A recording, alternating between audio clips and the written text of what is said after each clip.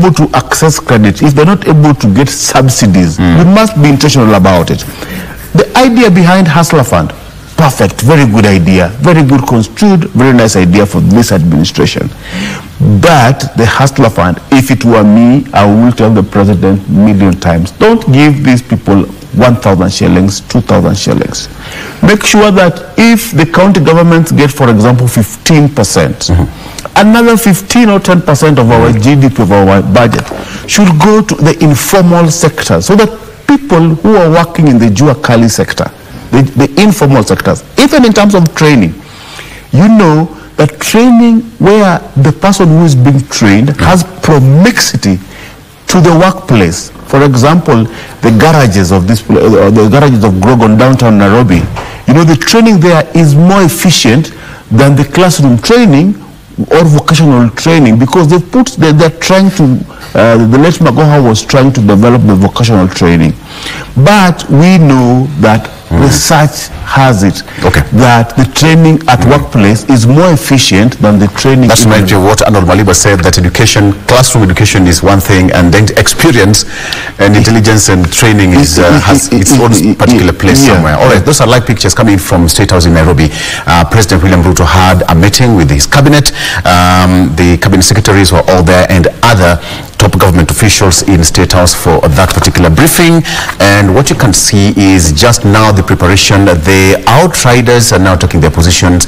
Anytime from now, they will be exiting State House straight to Uhuru Gardens. Will be giving you the route that they are going to be using.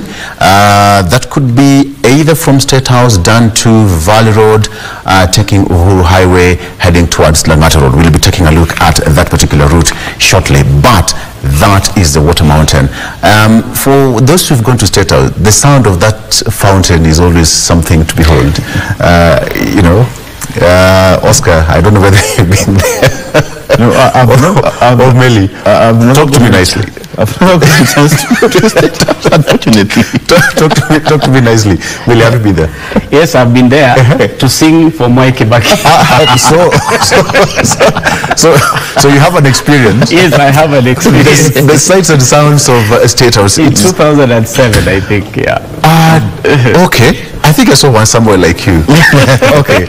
So when you see that, that's saying signal that the president is almost leaving. It's 9:20, and the last time we checked, he's a timekeeper.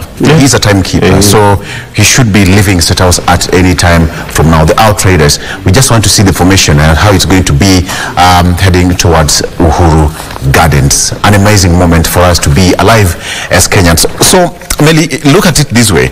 I ask also the same question about what we should preempt in President William Ruto's speech. Of course, he's working on the issue of 60 years of development, 60 years of self-rule.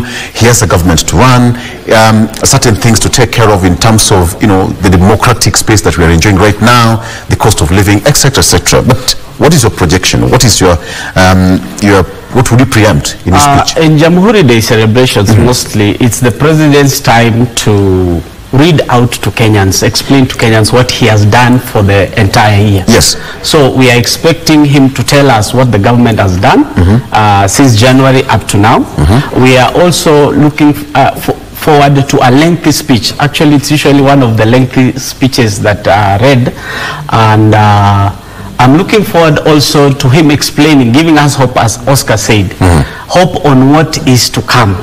You know, he has always said tutatenga, tutafanya. We would also want to know amefanya, na anaelekea kufanya nini, ama nini inafanyika. Yes, so we are looking forward to a lengthy speech. I hope it will not be boring, because sometimes you read, I remember a former president reading a speech until the stadium was almost empty. Yes, when people are reading this. So I am looking forward to also the army and the Kenya Defense Forces trooping of the colors. You know, it's usually also their occasion where a new battalion is given the flag to go and start trooping of the colors. You see, trooping of the colors.